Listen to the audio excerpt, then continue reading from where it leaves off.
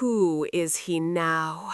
The way he speaks, it's like he no longer belongs to the ordinary world. He doesn't.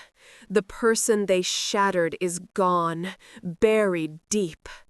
And from that grave rose someone entirely different. Someone who didn't reject his shadows.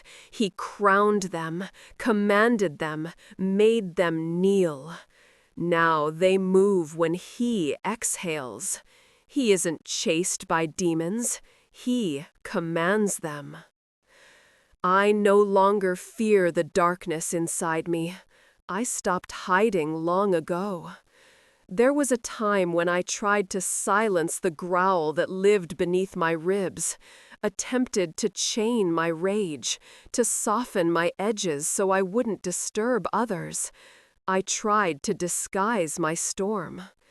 But the world was merciless. It came with flames, with knives disguised as smiles. So I tore the mask apart, burned the leash, unlocked the gate and whispered, "All of you, come forward. I'm done being afraid." People said I was too intense, too distant, too furious, too damaged, but no one ever questioned the reasons. They never witnessed the nights I clenched my jaw so hard, blood filled my mouth just to remain calm. They didn't see how I swallowed heartbreak like shards of glass and pretended it tasted sweet. They didn't hear the screams that rattled beneath my skin, but I did. Every heartbeat, every moment, every lie I told myself just to survive, I heard it. They call it monstrous now that I stopped playing small. Now that I don't apologize for the fire in my bloodstream. But that flame was the only thing that kept me alive. I wasn't born this way. I was engineered by circumstances, sculpted by silence, sharpened through betrayal. Those who wished me weak kept testing how strong I could become. They pushed, waiting to see me collapse. But collapse never came. I transformed. I learned to wear pain as armor, to turn sorrow into a blade sharper than anything thrown at me. I became everything they secretly feared. And when they whisper monster now, I carry that word as a badge. Monster means survivor. Monster means every wound became a war cry. It means I no longer flinch, no longer plead. I don't fear the darkness. I am the darkness. I embrace the beasts within because they were the only ones who stayed. They never pretended to love me before stabbing me in the back.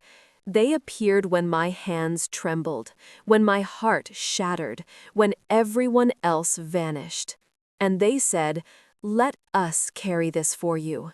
And they did. Rage moved my body when I couldn't stand. Fury spoke for me when my voice disappeared. Vengeance stayed when love abandoned me. I didn't choose to become this, but I refuse to apologize for who I am now. I have been silent long enough. I have been the overlooked presence, the forgotten name, the polite sacrifice. I smiled while being stepped on. I was gentle while being destroyed. Not anymore. That previous version of me was buried miles beneath the earth. This one does not forget, does not forgive. This version observes quietly, remembers relentlessly, stores every wound like sacred scripture, and burns it for fuel. People think monsters are wild, uncontrolled, but the beasts within me are calculated, surgical. They wait, they analyze, they strike when the moment matters, not out of chaos, but with clarity. They're not caged now, not masked, not chained. They are fused into my bones, integrated into every heartbeat. And now I see their faces, fearful, regretful, finally realizing I am no longer something they can manipulate. They used to play games believing they had all the power, but now their hands are empty. Not because I wanted revenge. Revenge is for those who still hold emotional ties. I simply rose above it, grew beyond reach. They wanted to watch me crawl. Instead, I kept rising. Every time they pushed me into the dirt, I stood again. And now they kneel. Now they look up, finally comprehending they were never truly in control. They were making moves while I was mastering strategy. I hesitate at nothing. I falter for no one.